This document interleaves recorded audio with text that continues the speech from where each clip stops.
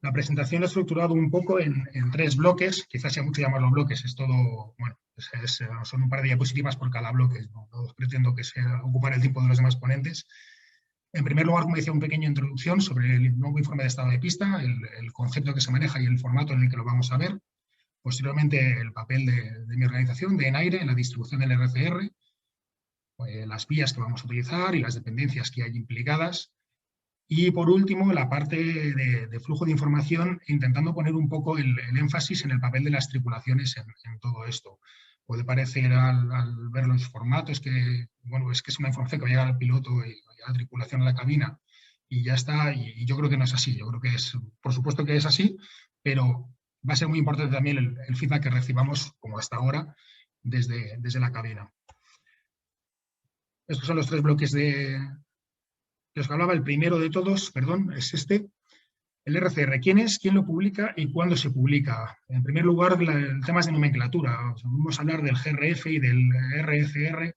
Bien, pues para quien todavía no lo hayáis un poco en definición, el Global Reporting Format es el nuevo formato que se le ha dado al SNOTAM. El SNOTAM antiguo desaparece en el formato que tenía y coge un nuevo formato que sirve para recoger este nuevo informe de estado de pista.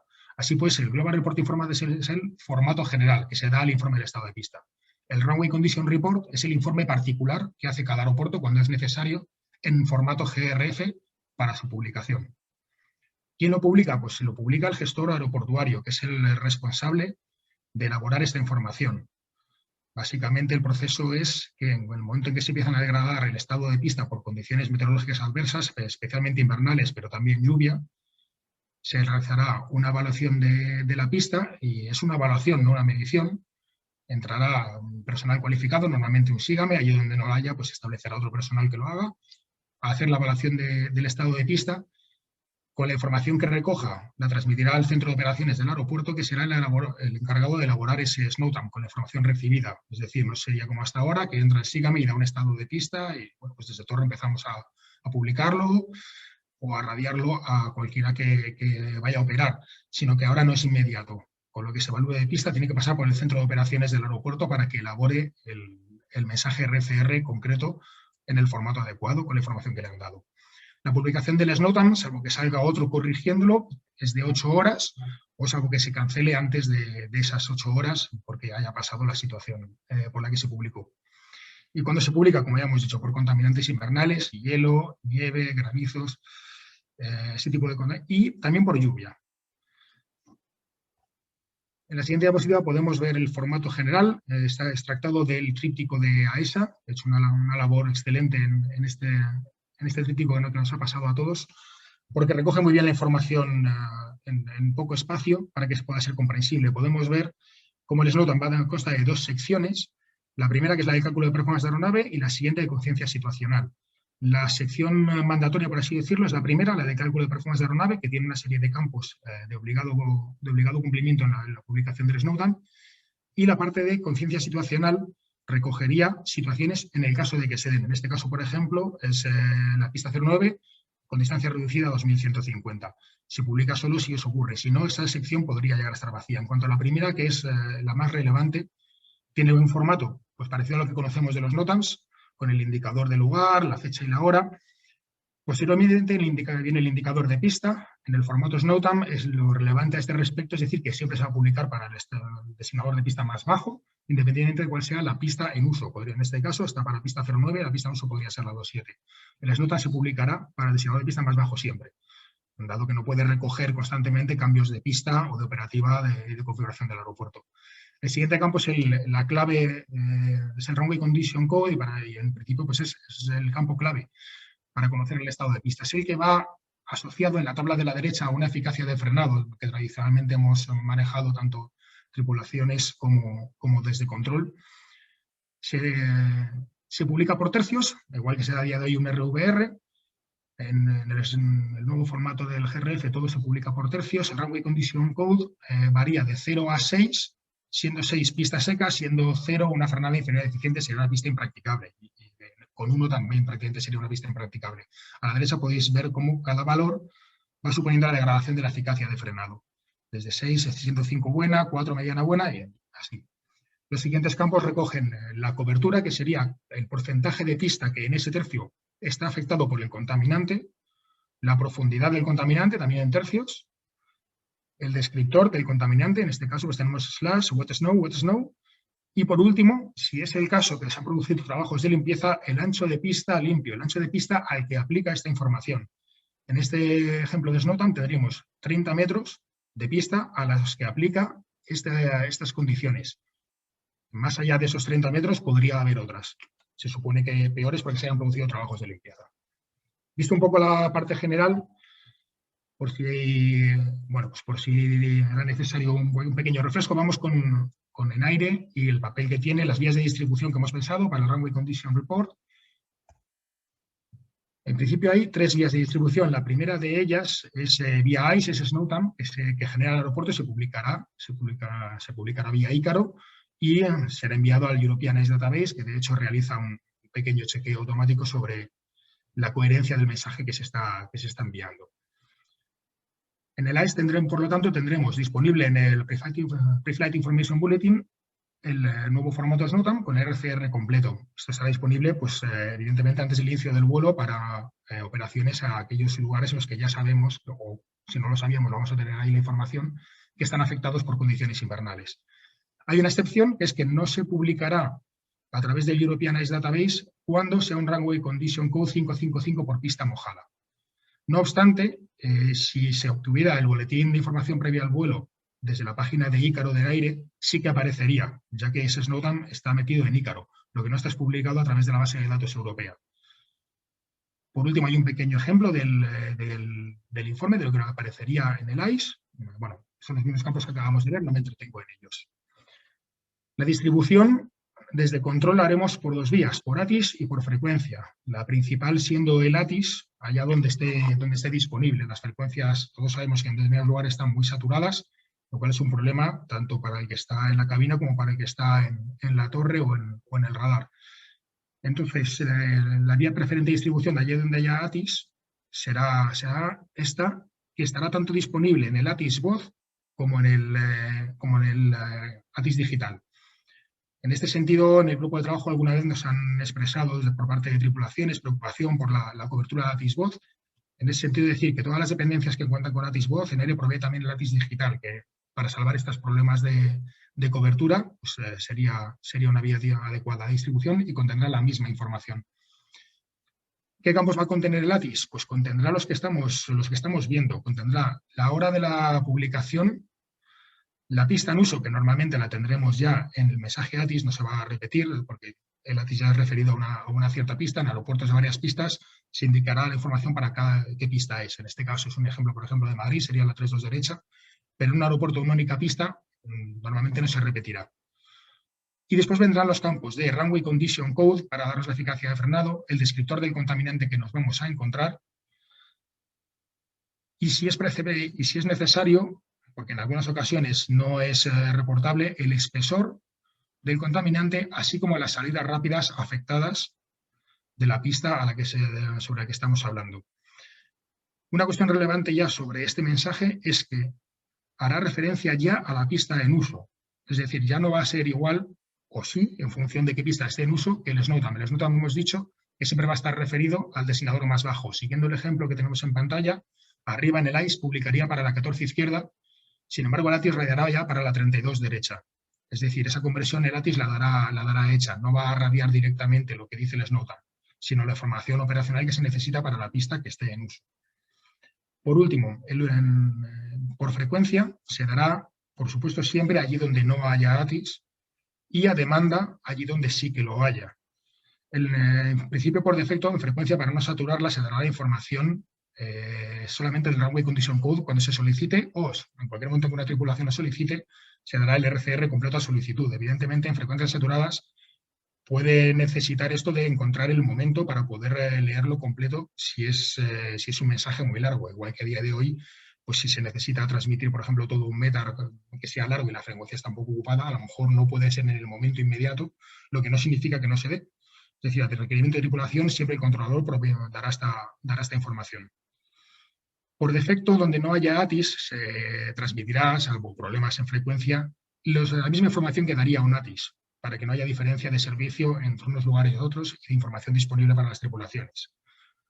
Donde si lo haya, como decía, en principio será el Runway Condition Code, lo que se dé, y más información a solicitud si se necesita. Por supuesto, por frecuencia, la información será también la de la pista en uso. No obstante, el controlador en el sistema de control tendrá disponible la información para ambas cabeceras, de manera que en caso de cambios de pista pueda estar disponible de manera inmediata. El papel de NAIRE en todo esto tiene aquí recogidas las unidades en las que NAIRE es proveedor de servicios de tránsito aéreo, con la diferenciación de allí donde hay ATIS, que son los aeropuertos que tenemos en la izquierda, en los que está previsto la implantación, que son implantaciones que empiezan ya este año y se alargan, creo que es durante año y medio o así, o sea que, bueno, sumaremos unos cuantos aeropuertos en los que se añadirá el ATIS, lo cual será una ganancia de cara a la provisión del RCR. Y por último, los que no tienen previsto ni tener ATIS. Esto es decisión de AENA y del gestor aeroportuario, allí donde se necesita ATIS o donde no es tan necesario. Los que quedan fuera, al principio, son aeropuertos de baja intensidad de tráfico, San Sebastián, Logroño, Pamplona, Asturias y Melilla. Por supuesto, los ACCs, todos ellos también tendrán la información, que en principio será la torre quien la proporcione, vía ATIS o vía frecuencia si no lo tiene, pero los ACCs contarán también con esa información en caso de que la tripulación quiera solicitarla.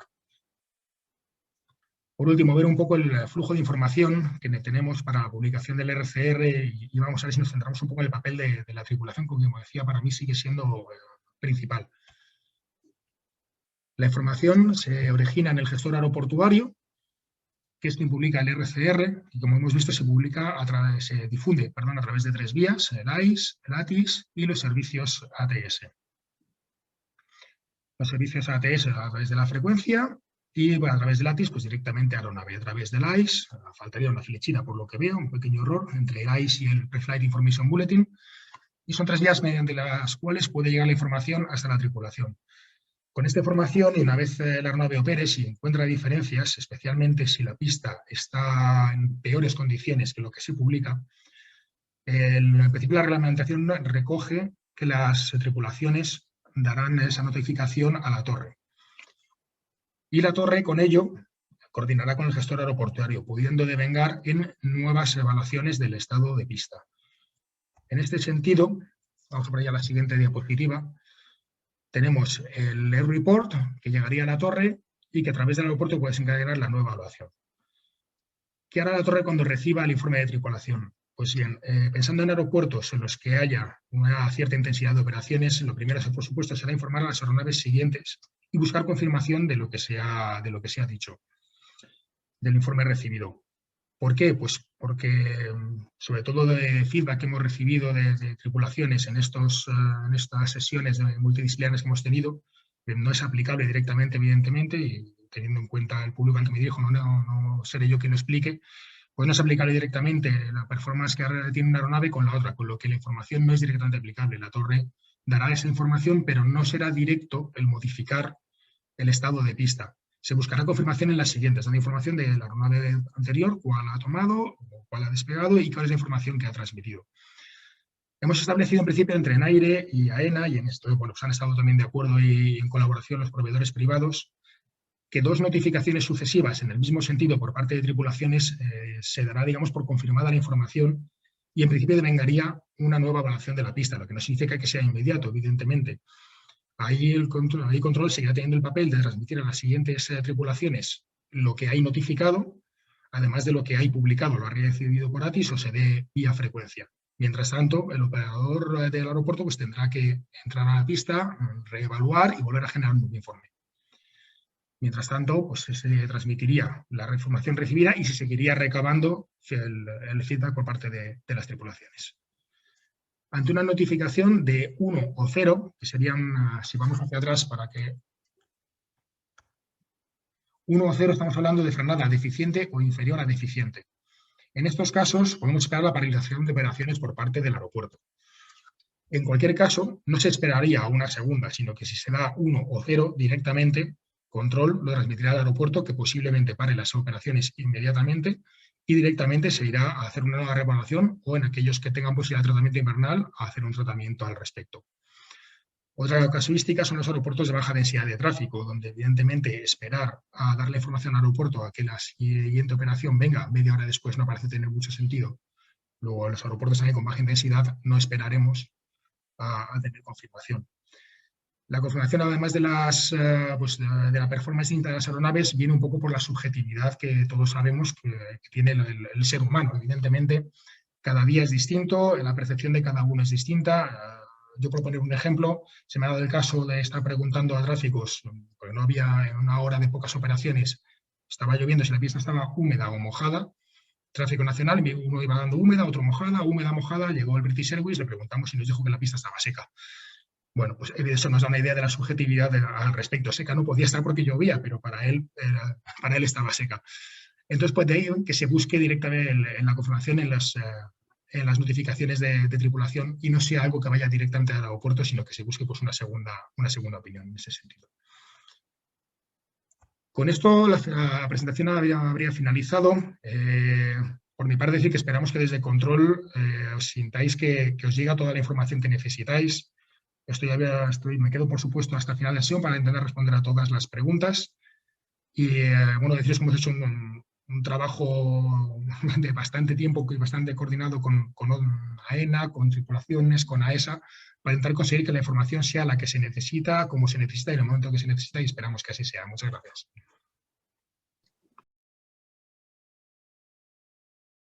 Vamos a centrar básicamente en aspectos operacionales desde el punto de vista del piloto. Este sería el inicio un poco de lo que vamos a ir viendo y centrándonos en lo que sería un vuelo para ir viéndolo y entendiéndolo mejor. Hay algunas cosas que ya Miguel de Naire nos ha podido aclarar, con lo cual iré un poco más rápido sobre ellas.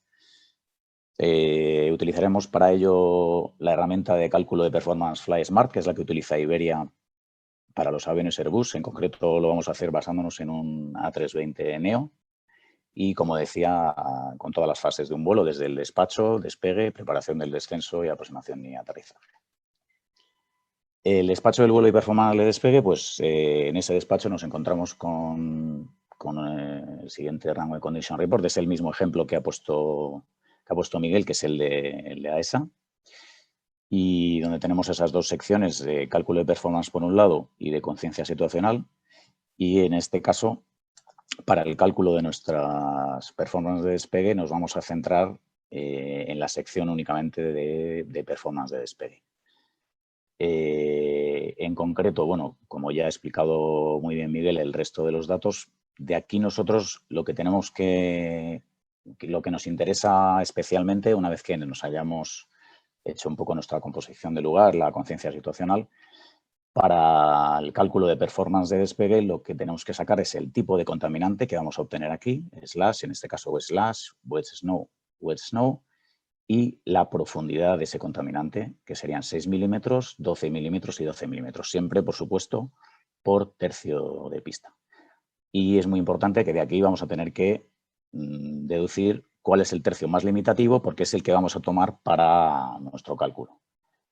¿Cómo lo hacemos? Utilizando nuestra Runway Condition Assessment Matrix, la matriz que ya ha enseñado también antes Miguel, o bien la de AESA o la del propio manual que encontramos en el manual de Airbus, que coinciden.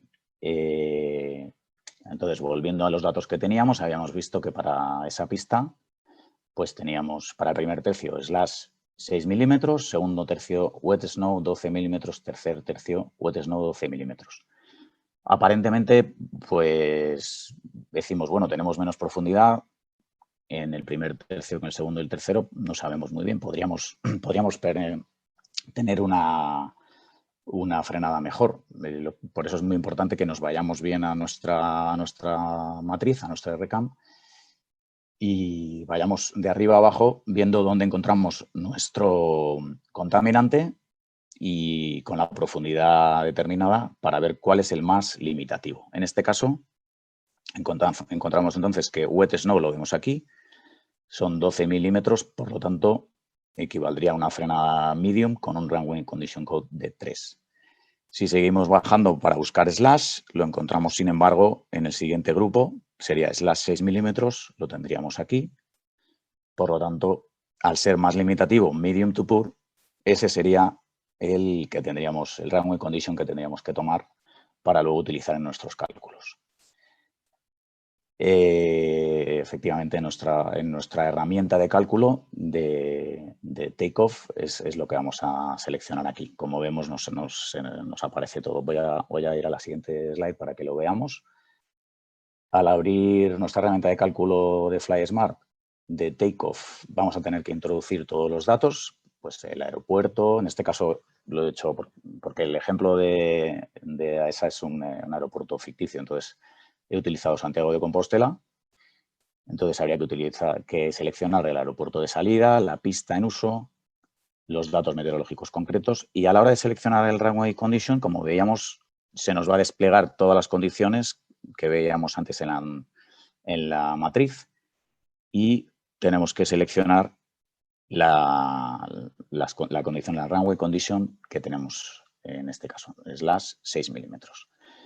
¿Qué ocurre? En este caso, como vemos, nos aparece, nos avisa, en la propia herramienta nos avisa con un signo de exclamación en rojo y que se corresponde con el de take-off thrust, con el de empuje, porque tiene seleccionado por defecto empuje flexible, con temperatura flexible. Y de esta forma nos está diciendo que como la pista está contaminada, no podemos seleccionar un empuje flexible. Solo podríamos hacerlo con pista seca, con dry o wet o pista mojada. Desde el momento en el que la pista está contaminada, ya tenemos que seleccionar aquí TOGA, take-off thrust, o sea, máximo empuje de despegue. Con lo cual, una vez que ya lo seleccionamos el resto de opciones, el empuje actual de despegue, etcétera. Ya nos van a aparecer, una vez que le demos a Calculate, la herramienta de cálculo nos calcula todos nuestros datos, por lo tanto aparecen en blanco, como vemos antes estaban en azul. Una vez que le damos y calcula, pues se quedan en blanco y los resultados nos van a aparecer aquí en verde con el flap de despegue, el empuje, las velocidades de despegue, etcétera. Y nuestra distancia, la distancia de aceleración parada y el margen que tenemos sobre el final de pista. Muy importante, este cálculo lo tenemos que realizar los dos pilotos de forma independiente. Es la forma en la que tenemos de hacer un cross-check para poder comprobar posibles errores. Para el cálculo de distancia de aterrizaje va a ser similar. Bueno, aquí simplemente hacía un pequeño paréntesis, pero realmente es una información que sobre la que ya ha incidido, que ya ha explicado muy bien Miguel. Es la información cómo se nos proporciona, pues lo que hemos dicho, ¿no? La torre, lo que nos proporciona el Runway Condition Code únicamente, o el ATIS, que además va a proporcionar el tipo de contaminante y profundidad por cada tercio. Aunque sí, añadir una cosa a lo que comentaba Miguel. Recordamos que si existiera SNOWTIME, cada 8 horas va a estar publicado. Aunque ya no lo vamos a recibir en el METAR, si tenemos acceso a él a través de nuestra compañía por HF, para un vuelo más largo o a través de ACARS, pues podemos contactar con ella y también nos podría dar una información más, mayor, ¿no? Entonces, para el aterrizaje vamos a utilizar, a diferencia del despegue, la pista en uso y el Runway Condition Code, esa cifra. Otro pequeño inciso es que cuando se prevén condiciones marginales en destino, y estamos todavía en el despacho, se recomienda hacer un cálculo de distancia de aterrizaje durante el despacho, para así poder elegir un aeródromo alternativo adecuado.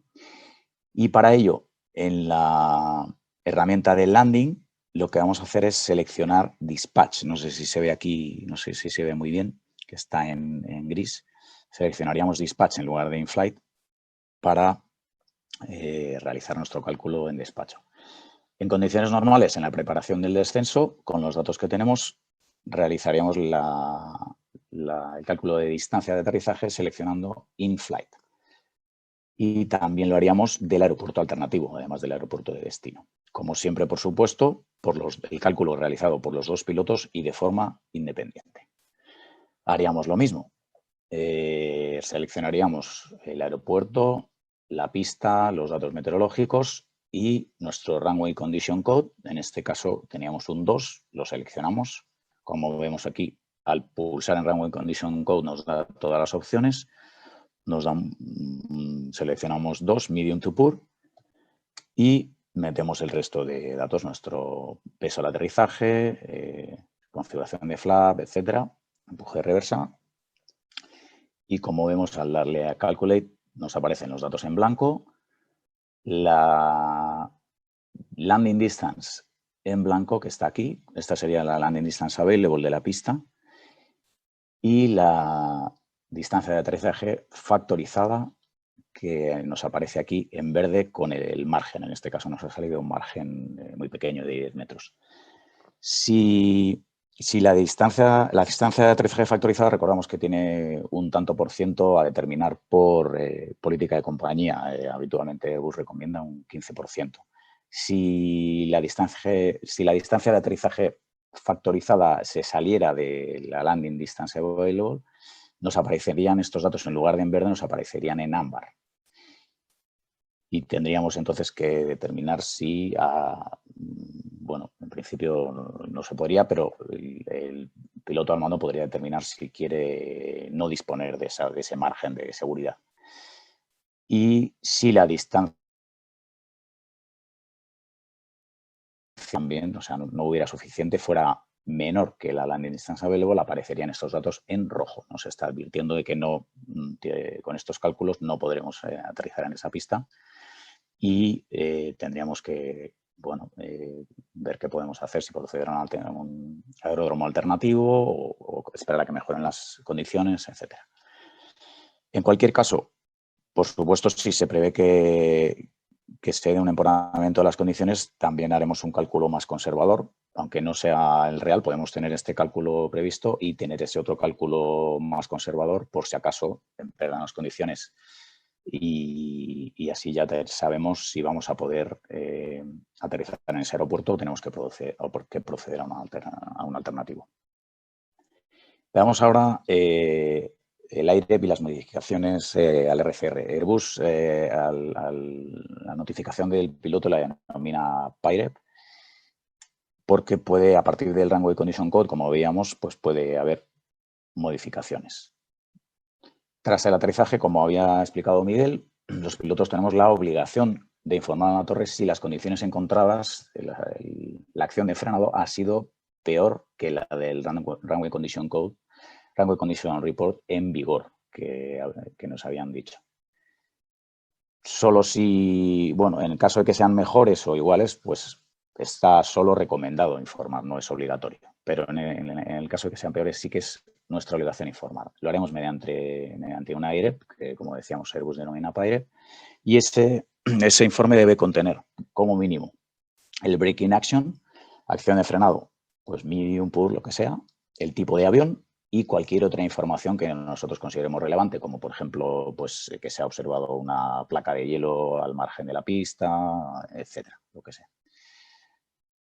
Para realizarlo y entenderlo mejor, será de utilidad la columna de observaciones que veíamos anteriormente en nuestra matriz. Vamos a volver un momentito y así podemos ver bien esa columna de observaciones del centro, donde nos explica qué tipo de deceleración podemos encontrar con cada tipo de acción de frenado. Y entonces nosotros podemos evaluar, compararla con la que hemos encontrado y decidir si es para emitir, a la hora de emitir nuestro PIREP. Por otro lado, bueno, lo que decía Miguel, el operador aeroportuario podrá realizar el downgrade o upgrade de acuerdo con esa evaluación, pero nosotros nunca vamos a poder hacer un upgrade por nuestra cuenta. Siempre vamos a tener que esperar y hacer nuestros cálculos con la información proporcionada por el operador del aeropuerto.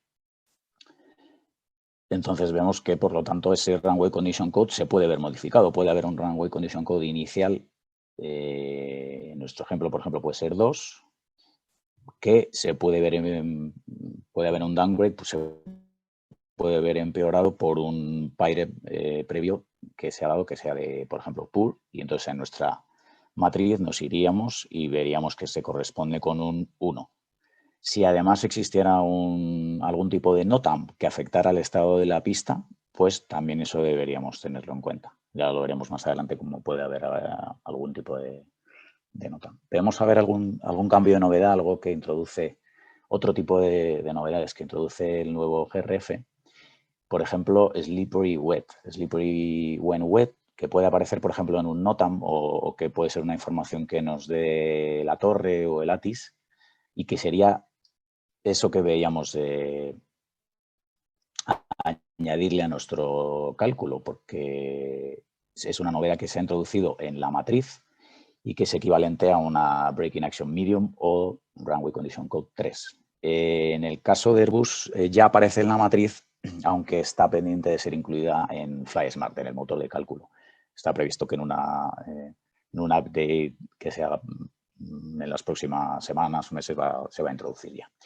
También una novedad es la contaminación en capas, que antes no aparecía. Ahora ya estas opciones aparecen en Runway Condition Assessment Matrix y en la matriz, en condiciones en las que hay nieve sobre hielo, agua sobre nieve compacta, diferentes capas de contaminantes que no aparecen todas, pero sí algunas que podemos encontrar. Pues nada, eso ha sido todo. Espero que haya sido de interés. Era un poco de dónde venimos, dónde estamos y a dónde vamos. Y un poco de Situation Awareness, que es lo que nosotros ahora mismo un poco nos preocupa, ¿no? Esto es el inicio de donde estamos ahora, donde empezó, que es el famoso accidente del Southwest, que se sale de pista. Hay algunos componentes, como la tarde utilización de las reversas, pero sobre todo lo que le preocupa a la FAA es el estado de la pista y por qué se produce el accidente. De aquí se crea el TAL Park famoso, que ya conocemos todos el RCAM, el Matrix, y esto nos ha llevado a que el día 12 de agosto se implementa el GRF, el día 4 a nivel global. Bien. Lo que nos da la NTSB, y yo creo que es importante que recordemos, es que las reversas son muy importantes, especialmente en pistas contaminadas o slippery. ¿Por qué? Porque no se ven afectadas por la fricción. Y es una de las cosas que refleja sobre este accidente. Y la Boeing en nuestros documentos pues también lo refleja, la importancia de utilizar las reversas, ya que no se ven afectadas por las slippery runways. Y de, por supuesto, utilizarlas lo antes posible una vez que tengamos el avión en tierra. En lo que nosotros estamos trabajando, digamos que el Departamento de Instrucción, de Seguridad de Flota, son dos puntos, básicamente, que son las condiciones cambiantes en corta final, que es algo que nosotros hacemos un assessment, por ejemplo, sobre 5, pista wet, y en corta final puede ser que la torre nos reporte un chubasco fuerte. Todavía no hay una medición, todavía no hay un RCC, pero puede darse el caso de que estemos ante una pista contaminada, con lo cual nos bajaría de Breaking Action Good o de RCC 5 al RCC 2. ¿Y cuál es su influencia en la operativa? Y la otra, creo que lo comentó mi compañero, también el Breaking Action Medium, que vamos a ver más habitual. Creo recordar que una pista de Madrid estuvo con un NOTAM de slippery wet hace un mes. No lo he conseguido recuperar, pero nos lo vamos a encontrar más a menudo. Habrá pistas que las denominen slippery wet y que en el momento de hacer el assessment pueda estar seca. En el momento de la toma, si está lloviendo, pasaría a ser un RCC3, con lo cual un Breaking Action Medium. Esta es la imagen de Madrid, ¿os acordáis? Es simplemente para entender un poco dónde estábamos y el gran paso que vamos a dar. El 8 de enero del 2001, la borrasca Filomena, todos los que lo sufrimos en Madrid, pues nos acordamos de ello. Y algunos yo creo que llegaron hasta esquiar en la Puerta de Alcalá, ¿quién lo iba a decir, verdad? Bien, este es el ATIS, esto es del informe, creo que es el informe de SEPLA, es interesante si lo queréis leer, que hace respecto a la borrasca.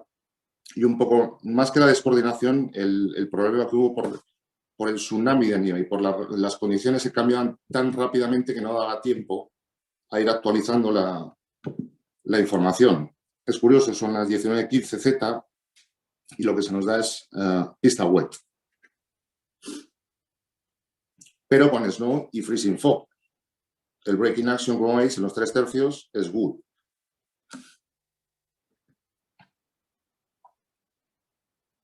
Y esto es una conversación de un avión en el que la torre le pregunta a la torre al avión, perdón, si le puede confirmar el estado de pista, el avión da una información, está contaminada, o sea que ya hay un cambio respecto a ese ATIS de nieve, especialmente en el último tercio. Le pregunta la acción de frenada, le dice que claro, en despegue no frenan. Algo que puede parecer quizá ridículo, pero no lo es, porque desde la torre en ese momento estaban buscando información de todo tipo para poder transmitirla a los aviones, y era su función. Evidentemente, entre las prisas, pregunta uno, pregunta otro, se cometen pequeños errores de estos, pero que al fin y al cabo lo que están haciendo es su trabajo, evidentemente. Los ATIS de Madrid, como es 19Z, sigue dando pista wet, breaking action good. A las 20Z ya aparece una de las pistas, que será la 3-2 izquierda, con breaking action poor, pero sigue dando wet. Y no es hasta 12 minutos después cuando ya nos aparece el código de snow cleaning y breaking action poor.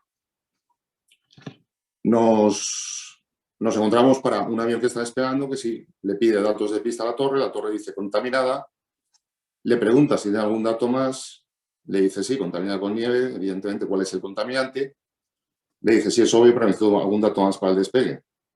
No lo tiene. Si en la torre en ese momento hubieran tenido la medición, se lo hubiera pasado. Evidentemente no la tiene. ¿Qué hacer? Pues es una situación un poco delicada. ¿Qué decisiones tomar? ¿Cuál es el contaminante? ¿Qué pongo? Por eso es importante el GRF, porque eso nos va a dar mucha información para poder utilizarlo en nuestras máquinas. En este documento, para mí es la Biblia del GRF, ya que todo lo que sale de aquí luego se ha ido incorporando en distintos anexos de OACI y documentos. Lo que dice básicamente sobre ATC es que da información que sea diferente al ATIS, especialmente en condiciones cambiantes rápidamente, cosa que es lo que estaban haciendo. Y que son observaciones propias en estos cambios rápidos, como por ejemplo el rainfall intensity o la presencia de nieve, pero que no es oficial.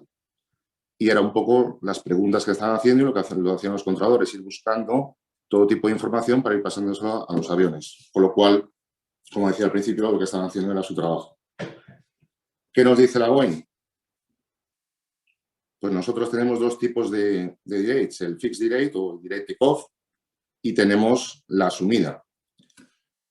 Una vez que nos da la información de contaminada, aunque no lo diga el ATIS, pero si nos lo dice el controlador, ya aplicamos la segunda, que es que no está permitido asumir temperatura en una pista contaminada. Sí podemos ir haciendo el fixed delay, con lo cual, si aplicamos los porcientos de Boeing, nosotros ya, en cuanto recibimos la información de pista contaminada, deberíamos aplicar el quitar el ATM. Inclusive, si nos metemos en nuestro OPT a bordo, él mismo nos va a limitar esa posibilidad.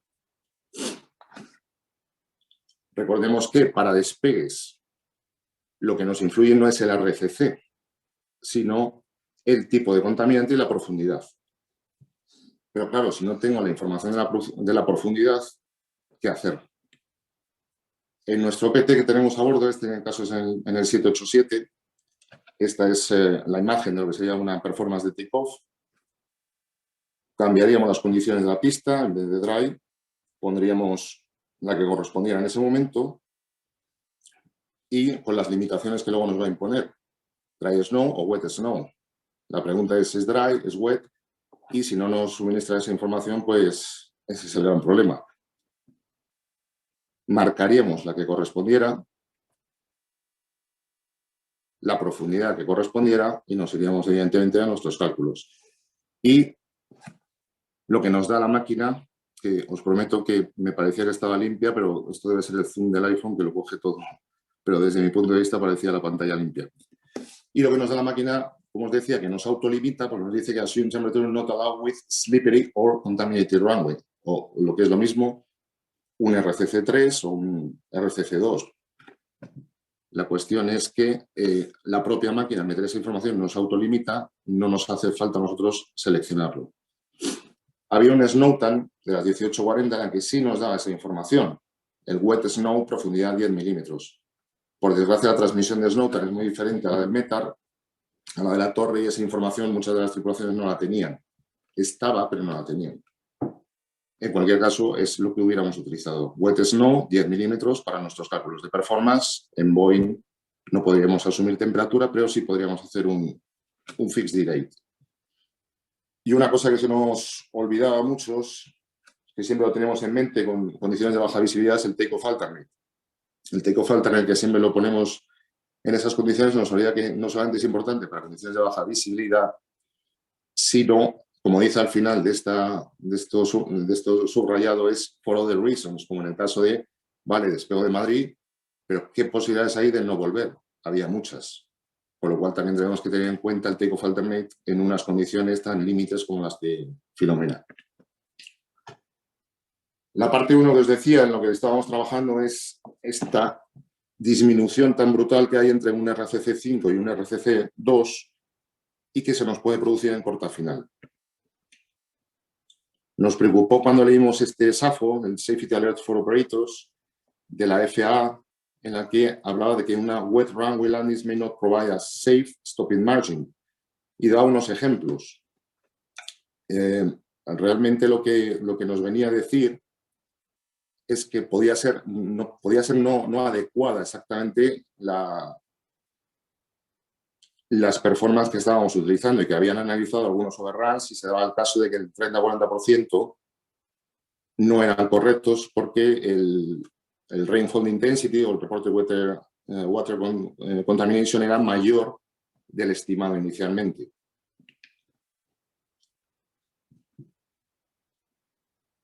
Como veis aquí, lo que nos dice es recomienda usar el landing performance asociado con medium to poor, o sea, con RCC2, si el agua es, y aquí es interesante, es anticipada. Claro, es decir, ¿cómo yo puedo anticipar que va a ser de más de 3 milímetros? Bueno, lo que viene a decirnos un poco es que lo que tendríamos que analizar es cuáles son los forecasts, las posibilidades, o inclusive hacer un assessment sobre esa posibilidad, de forma que si yo sé que con un RCC2 cumplo las performances y los márgenes de seguridad, quiere decir que si en corta final la torre me da una intensidad de lluvia alta o yo simplemente la percibo, ya estoy cubierto. Y ahí viene cuando dice pilots verify prior to initiating an approach that the aircraft can stop within the landing distance available using RCC2. Cuando hay esa posibilidad, la de moderada o heavy rain en una smooth runway o heavy rain en una group PFC runway. Esto, para simplificarlo, y es lo que nos dice también la Boeing, nos viene a decir básicamente esto. Lluvia fuerte en una group o no, podemos asumir y deberíamos comprobar que podemos aterrizar en una pista contaminada con más de 3 milímetros, porque habrá partes de la pista, a no ser que la pista esté perfecta, que sí puedan tener esa profundidad. Si la lluvia es moderada, deberíamos usar el código 5 para una pista group o PFC, y el código 2 para una pista smooth. Y ahí viene el problema. ¿Cuál es cada una? En nuestro assessment y nuestro briefing de landing es lo que tendríamos que empezar a incluir, si no se está incluyendo ya, y revisarlo. Esa posibilidad. La grupo, bueno, PFC ya sabéis lo que significa. Y básicamente esto es un dibujo de lo que es cada una. Y esta es una fotografía de la diferencia entre una, que como veis es bastante importante, ¿no? La que no está group, evidentemente, pues hace bastante charcos, con lo cual eso nos va a afectar. En este caso, la foto que he puesto es una group pero esta es una group que estaba manchada, que está siendo limpiada, con lo cual la podríamos considerar, como veis, una slippery wet runway, porque el group lo ha perdido esas capacidades y por eso se está limpiando en ese momento. ¿Dónde vemos esto? Esto es Madrid-Barajas. Veis la tresis derecha que dice que tenemos un anti-skid layer y en la tresis izquierda lo mismo. Yo personalmente no soy un especialista, no sé lo que quiere decir, pero entiendo que se considera una group o PFC. Eso supongo que algún técnico del colegio lo podrá confirmar. En cambio, la 3.2 izquierda o la 3.2 derecha no tienen nada, con lo cual estas dos pistas, a efectos de esa recomendación, las podríamos considerar como smooth. En otros aeropuertos, este primero es de Nueva York, también he cogido la parte de arriba, como veis pone group, o el de Ámsterdam que pone PFC. Bien, en el landing performance, en el landing route que tenemos a bordo, ¿qué pondríamos? Braking action medium to poor, que sería lo que correspondería a una landing con RCC2. Con lo cual tendríamos que hacer ese assessment para estar prevenidos que en el caso de una intensidad fuerte en puerta final, estar cubiertos con los márgenes de seguridad, o saber que si no podemos aterrizar o no tenemos el margen suficiente, ante esa intensidad deberíamos frustrar y desviarnos al alternativo. También esto nos limita el viento cruzado, y esto es importante. Esto es del 787, que tenemos un componente de viento cruzado de 40, con una pista mojada. Si nos encontráramos en final con una lluvia fuerte que pudiera ser susceptible de ser un medium to poor, un RCC2, nos encontraríamos que el viento cruzado se reduce dramáticamente. El límite de viento cruzado, con lo cual también nos afectaría para esos cálculos. Este es el documento que comentaba, el GAPRE, y es muy interesante, yo lo recomiendo, una lectura y es ameno de leer. Estas son las organizaciones que participan, espero que en un futuro estemos también nosotros. Y pone un ejemplo este GAPRE, nos dice que nos da este ATIS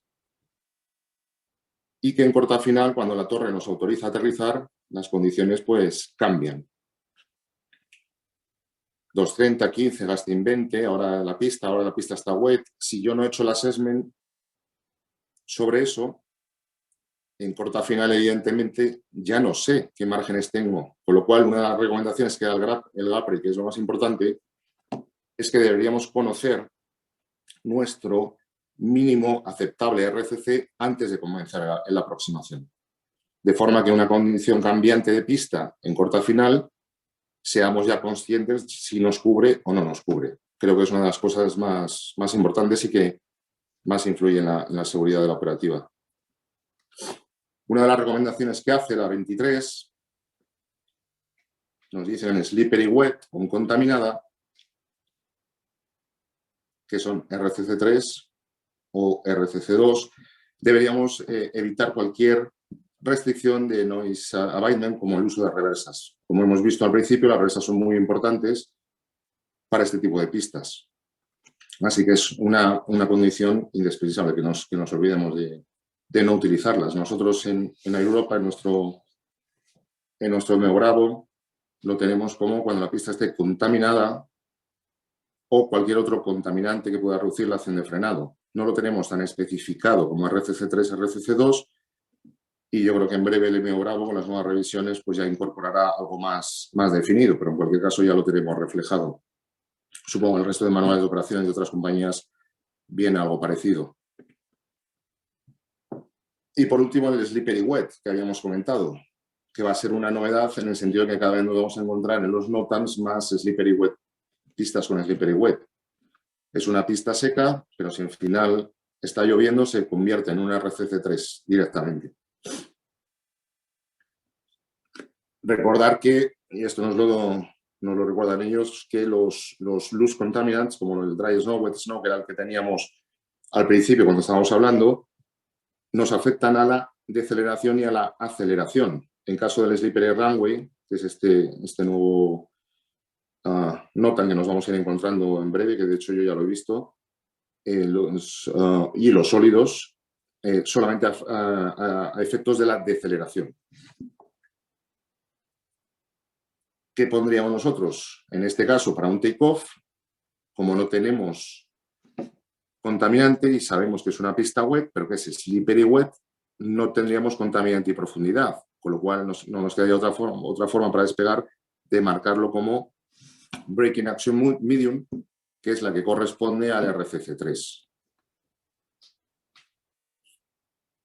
Nos volvería a salir el aviso de antes, que como os dije que era para slippery o contaminada, a 3 o por debajo de 3, pues nos dice que no podemos hacer el ATM. Sí podíamos hacer el fix, si os acordáis, pero no el ATM. Y he hecho un pequeño cálculo para que tengamos un poco de situation awareness, que es el siguiente. He cogido un medium y los datos, esto está cogido del corrH de los datos para hacerlo un poco más.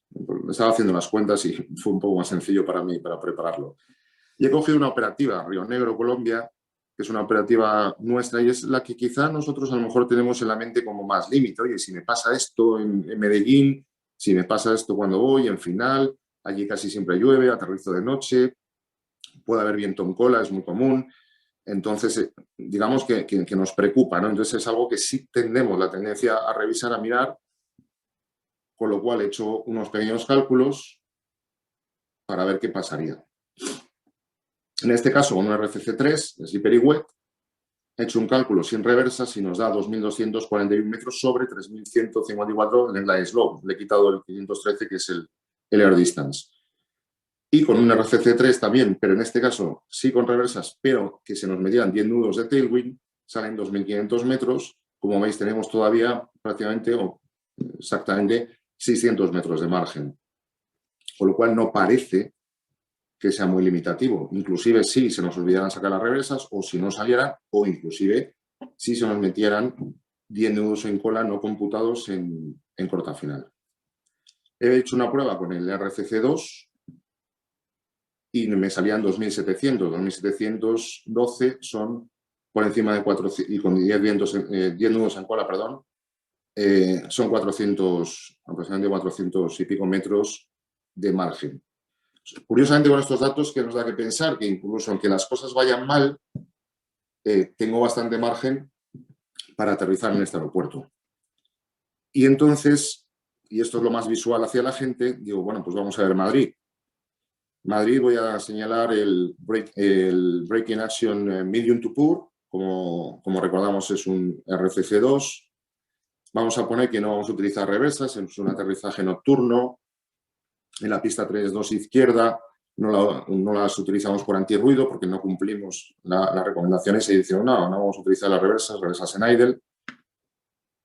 Y nos salen estos datos. 3.000 metros de pista, 513 air distance, y nos sale un autobreak en 3, que sería el normal, digamos, en nuestra flota en esas condiciones, 2.693 metros. ¿Esto qué hace? Que nos deja con el RCC2 un margen de 367 metros. Fijaros que es menor en esta operativa respecto a la de Medellín. Y curiosamente este es el aeropuerto que mejor conocemos, en nuestra casa, en nuestra base, y que damos por hecho muchas cosas, ¿no? El típico briefing que se hacía antiguamente de pista larga y conocida. Bueno, pues a veces hay que volver a revisar los datos. La recomendación OPS 30 también del GAPRE nos dice que en el modelo TEM, las estrategias y los SOPs deberían identificar las pistas con un margen de seguridad de menos de 400 metros, con lo cual, si aplicáramos esta recomendación OPS 30, esta situación debería ser ya identificada. Y recordaros que estamos hablando de Madrid-Barajas, pista 3-2 izquierda. Lo que habíamos dicho antes, operación en heavy rain. Si tenemos lluvia moderada, que es simplemente rain, y es una pista smooth, que es la 3-2 izquierda, el runway condition code 2. Con lo cual eso quiere decir que si esa pista es smooth, es la 3-2 izquierda, hay lluvia, es una pista smooth, tendríamos que utilizar el RCC2 para computar las performances antes de aterrizar en Madrid-Barajas. Este es el medium to poor y estos son los datos básicamente. He hecho una pequeña... si alguno lo revisa después y ve algún error, me lo dice porque lo he hecho bastante rápido. Esto incluye 7 segundos de flare, computa 513 metros y un 15% que están incrementadas todas las distancias. Con lo cual, esto lo que nos viene a decir es que todas estas performances están basadas en que la toma sea en el punto correcto. Quiero decir que si hiciéramos un long flare, todos estos datos serían peores. Con una RCC2, les puedo hacer unas cuentas, sin reversa me salen 2.758 metros. Y como veis aquí, Madrid-Barajas, la 3.2 derecha, que es la que solemos utilizar por la noche cuando aterrizamos, reversas en idle por antirruido, tiene 3.000 metros desde el threshold y me salen 2.758, con lo cual empezamos a estar bastante justos si no utilizamos las reversas. Con una RCC3, un slippery when wet, he hecho también el mismo cálculo, con 10 nudos en cola que se nos metiera al final, 2.703, también empezamos a estar justos. Con lo cual, si no queremos acabar como nuestra foto del principio, una de las recomendaciones que nos hace también la OPS 21 es que debemos incluir cuáles son los límites de touchdown, hacer el classroom, hacer simuladores, training, etcétera, etcétera, para evitar que la gente utilice las performances de una manera que al final sean unas condiciones peores en el momento de la toma y nos encontremos con un susto como por ejemplo les ocurrió a ellos. ¿Cómo podemos medir exactamente el punto de toma? Pues lo tenemos muy sencillo. Hay muy sencillo si los operadores quieren. Boeing utiliza un flare time de 7 segundos, supongo los demás operadores será muy parecido. Y este es el sistema que más nos podría ayudar, que es el Runway Awareness and Advisory System, el RAS. El RAS es configurable, nosotros lo tenemos, otras compañías también, pero no tenemos todas las opciones. Cada customer elige qué opciones habilita y cuáles no. Yo, y esto ya es en lo personal, habilitaría absolutamente todas las opciones porque esto nos daría si va a ser un long flare, si nos queda pista suficiente, si tenemos que frustrar. Es la mejor forma de saber si estoy tocando en el lugar correcto y si con las performances que hemos hecho vamos a tener el margen suficiente, el margen de seguridad. Por último, recordaros, yo creo lo más importante, que es conocer nuestro mínimo RFC antes de comenzar una aproximación.